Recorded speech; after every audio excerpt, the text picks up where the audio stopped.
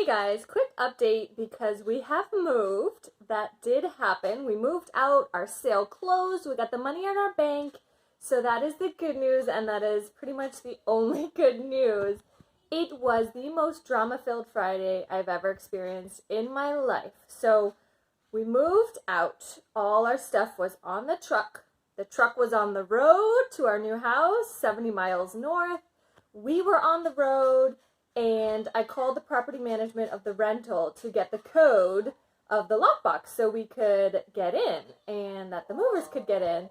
And they're like, yeah, actually the inspector finally in the end did not approve you to move in, so you can't have the code and you can't put your stuff in the house. And we were like, what?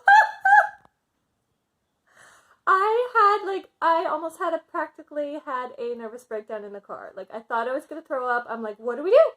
All our stuff is on the truck. Our entire home's worth of stuff is on a truck, headed up the Hudson, and it has nowhere to go. And I'm like, oh my God, oh my God, oh my God, oh my God, oh my God, oh my God, oh my God, oh my God, oh my God. And we couldn't go back because we had already closed. Someone else owned our old house. We were homeless, and our stuff had nowhere to go. So I quickly called the mover company, and they were so quick to offer a solution. This is Schleppers. If you've used them, they're in New York area. We used them last time we moved. They were the best quote we had that time and this time. So thankfully, they offered us a really quick solution, not a cheap one. Basically, they have a storage facility, and they can overnight take our stuff, put it in a storage facility, and charge us. They said their normal rate is $500 a night, and they would give us $300 a night to store our stuff indefinitely, pretty much. And the next availability they have to deliver it will be Wednesday, because their movers get booked, and they only have so many movers, especially during the pandemic. So now, and another really lucky thing, we have a friend here in Bay Ridge.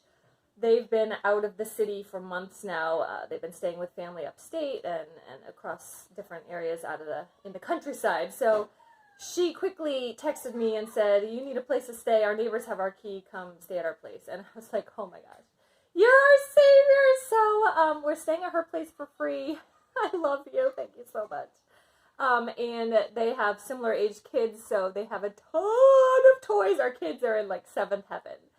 We don't have internet here. That is like the only downfall. But, so yeah, that felt really weird to be headed out of the city, possibly forever, and then in the middle of driving, had to turn around and go back to the city. And we still have no idea when we're going to get to move into this rental house, if it's even going to work out. But right now, they owe us like $1,000 because that was the extra fee when we changed our moving date the first time. And now they're going to owe us $300 a night for however long we have to keep our stuff in the storage. So basically, it's probably going to come down to 1 or 2 months free rent if we ever do get to move in, and hopefully soon. And if we don't get to move in and we have to find a new rental, I don't know. I guess they're just going to have to just pay us outright. And I hope this doesn't end in some kind of horrible lawsuit. I hope it all works out because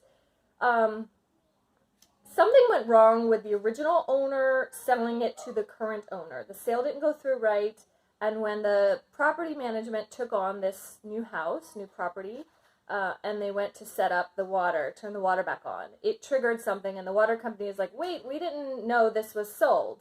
And then they contacted the town, who was like, wait, this sold? We don't have a record of it selling recently. We're going to have to come inspect it.